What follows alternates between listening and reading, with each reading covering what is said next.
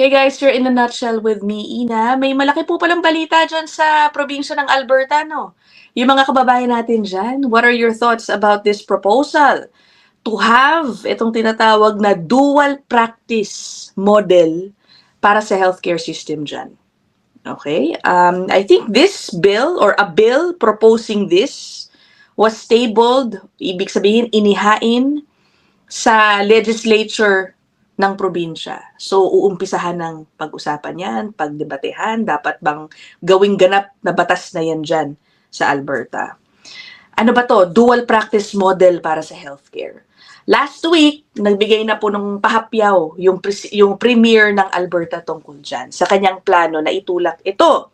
Ano ba yan? Basically, papayagan po ang mga doktor na magkaroon ng dalawang uri ng practice, kaya nga dual practice, no? Una, yung nangyayari ngayon, yung meron tayo ngayon. They will, carry out or perform medical procedures, surgeries under the universal healthcare system. Ito yung gobyerno ang nagbabayad sa kanila. Okay, well rather, taxpayers' money ang nagbabayad sa kanila. Pag nagpa-surgery ka dito, hindi mag-out of pocket na yung mga pasyente kasi nga bayad na ng tax.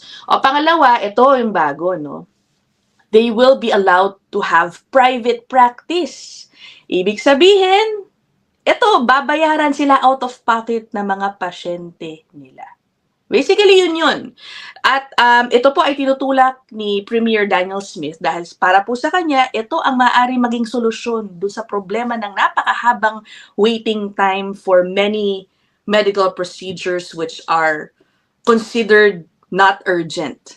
'Di ba? Kasi ganyan po yung system dito, no? Dahil nga universal healthcare, it's equal access to healthcare based on the needs. So the more urgent your case is, uunahin ka sa pila. Uunahin kang gawin. Okay? Ang malungkot po dyan, there are cases like kunyari, kailangan ng hip replacement surgery. Ayusin yung tuhod mo, nananakit na, yung mga ganyan. Kahit minsan recurring pain, pero hindi pa sobrang sakit, hindi ka nila uunahin. Okay, basta kaya mo pa sigurong tsagain yung pain, maghihintay ka na matagal. And for many people, it takes years before they get whatever it is that they need. So parang ang ina-expect po na mangyari is, yung mga may kaya naman, diba? Yung may mga perang pambayad, at nagmamadali ng gawin ang kailangan nilang gawin, doon sila pupunta sa private practice para gawin na agad yung kanilang procedure. Yun, agad nilang makukuha. Yun nga lang magbabayad sila. In effect, matatanggal po sila doon sa pila for the universal healthcare. Okay? So, do you think that will work? Diba? It sounds like it could. Diba? As sa totoo, hindi ako medical expert, no? Hindi naman po ako policy maker. Pero later on, I will just, share with you some of the concerns surrounding this proposal. Of course, as expected, meron pong kukontra sa lahat naman ng bagay, no? Dahil meron silang mga issue na tipong, baka daw maka-worsen lang ng problema sa waiting time sa universal healthcare or sa public healthcare system, mga ganyan. Pero mamaya na natin pag-usapan yan. Panoorin po muna natin itong report ng Global News tungkol dito para mas may idea tayo kung ano ba ito. Some Alberta doctors will soon be able to practice in the public and private sector at the same time. The Alberta government argues the change will shorten wait times by giving people the ability to pay for some care. The proposed amendments in this bill represent a new era for healthcare in Alberta. The Health Statutes Amendment Act introduces the changes through a dual practice system, but emergency care, cancer treatment, and family doctors are exempt.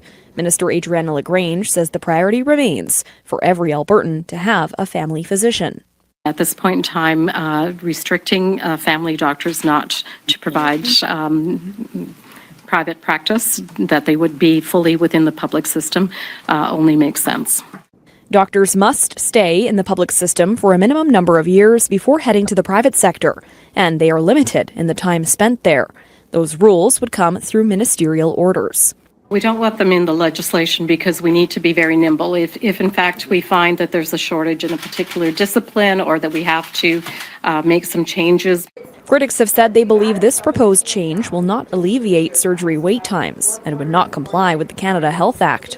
To allow doctors to simultaneously work in the private market and in the public market is unprecedented and would be a violation of the Canada Health Act, depending on the details and depending on how it's structured. The federal health minister's office says it will be reviewing the details of the bill. Minister Matt Jones says it is not a violation of the act and argues many Albertans are already traveling out of province to pay for a quicker surgery. What I would rather the government do is actually open the emergency, the operating rooms for more hours. The minister says if passed, the changes will not mean reductions in publicly funded care and no one will pay out of pocket for necessary care.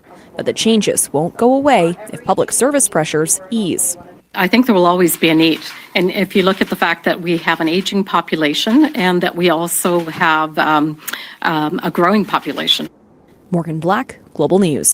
Okay. So, ang daming points na ni-raise doon, ano. Guys, syempre, intindihin natin, draft bill pa lang itong meron ngayon. So, pwede pang magbago yung detalye. For now, nakikita kong mga main points sa proposal. Una dapat, yung mga doktor daw, no, halimbawa, hindi papayagang makapagtayo agad ng private practice, ng ganun-ganun lang. Kailangan mag-set daw ng minimum time na magsaserve muna sila sa public practice bago sila makapag go sa private practice. Pangalawa, yung oras din ng pag-perform nila ng surgeries, procedures under their private practice, ang sinasabi dapat ay gawin lang once they are done with the regular business hours under the public practice. So, kailangan mag-serve muna sila during the day sa mga usual patients nila na hindi mag-out-of-pocket payment. And then after hours, they will proceed with doing whatever, kung yung babayaran silang mga procedure. Yan. Ilan po yan? Tapos, meron din po palang exempted, Hindi daw pwede makapagdala sa private practice yung family doctors, ang ER, emergency care, and also yung cancer treatments, and I think other serious urgent medical care.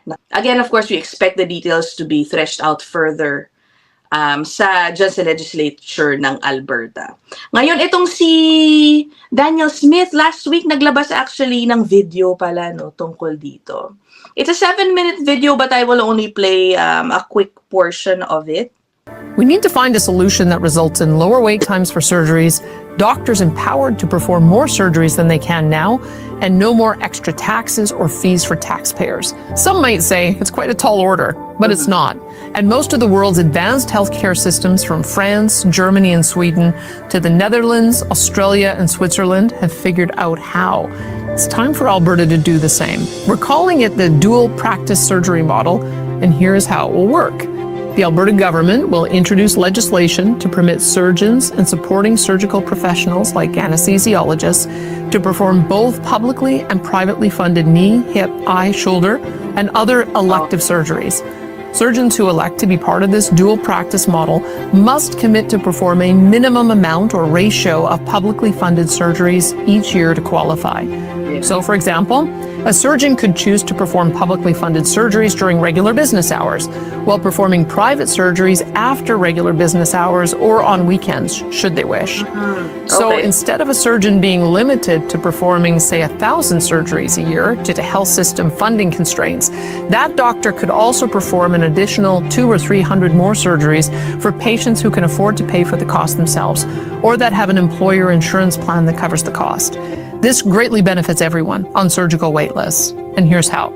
Those who are able and want to can pay for the entire cost of their surgery or have it paid through employer insurance plans. They will be able to have their surgery performed in the off hours and come off the public wait list at no extra cost to taxpayers.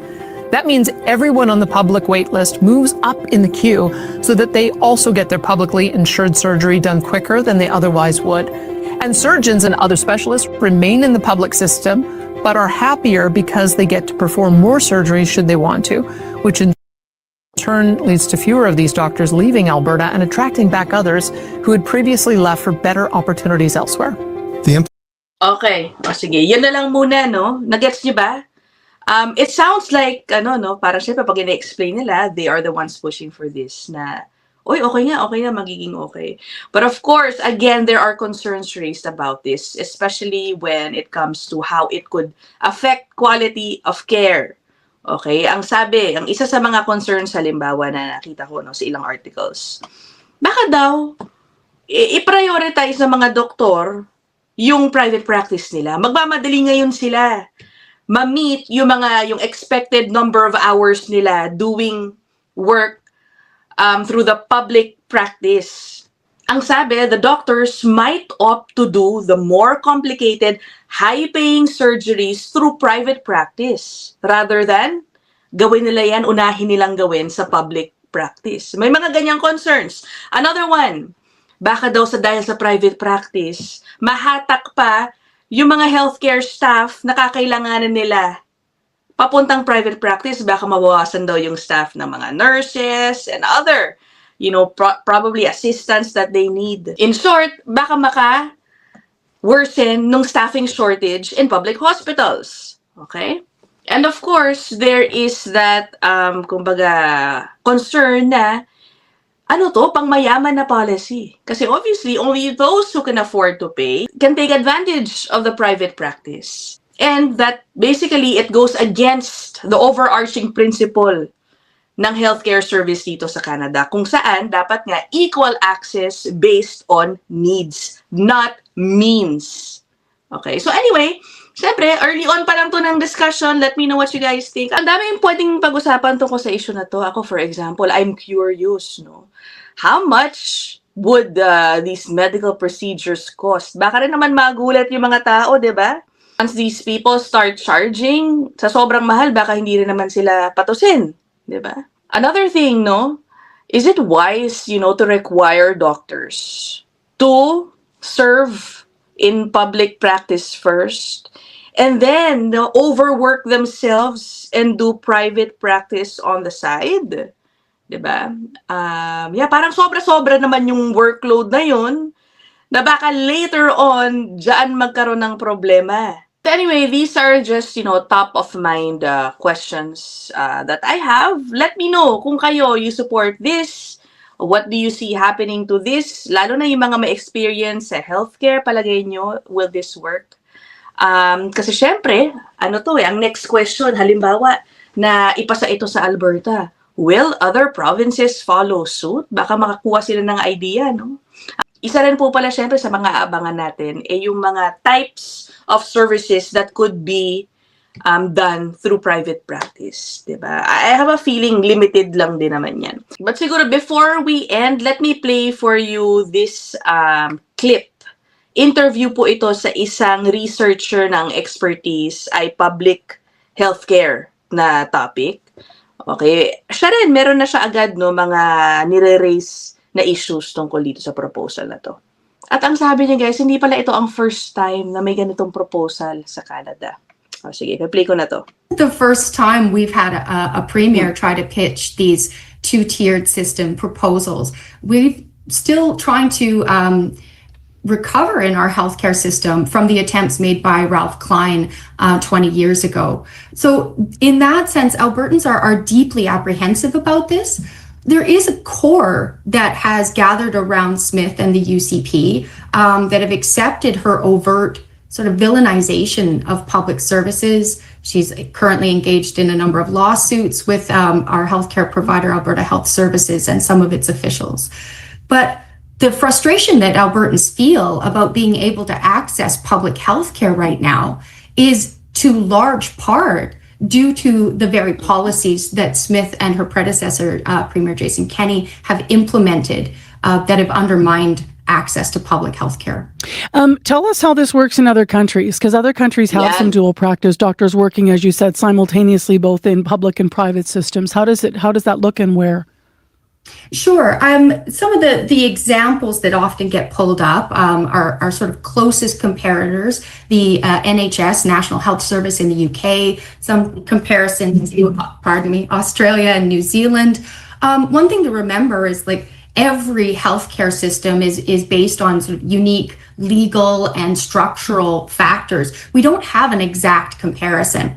The NHS is fairly close. But right now, they're actually struggling to resuscitate their public healthcare system after making similar policy changes to allow this kind of third-party contracting and dual practice. Where it does work slightly better is where these systems have structured around including safeguards for the public system to prevent that sort of cannibalization.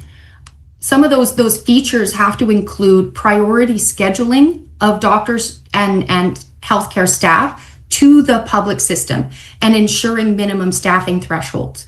They have Okay. Sige. O, end ko na lang dyan, ano? Medyo complicated na yung discussion. Pero nakikita nyo, no? I'm pretty sure it's going to be a divisive issue. We'll see how it goes. Itong researcher, no, may binabanggit din siya na kailangan may clear restrictions na dapat magiging priority pa rin ng healthcare workers ang public sector at hindi sila malure nung pwede na lang kitain sa private sector. Anyway, yun lang naman. Let me know what you guys think about this. I will end this episode here. See you guys in the next one. Bye!